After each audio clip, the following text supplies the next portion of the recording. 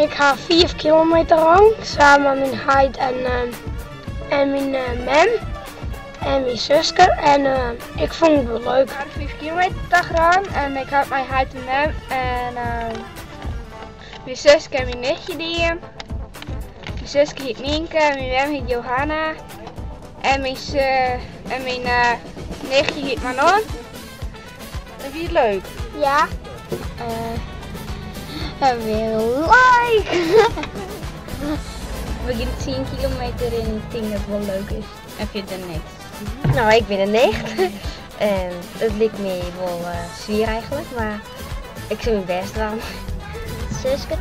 En ik verwachtte dat ze ook wel eens weer dacht. En we hebben heel veel hinders, jongen.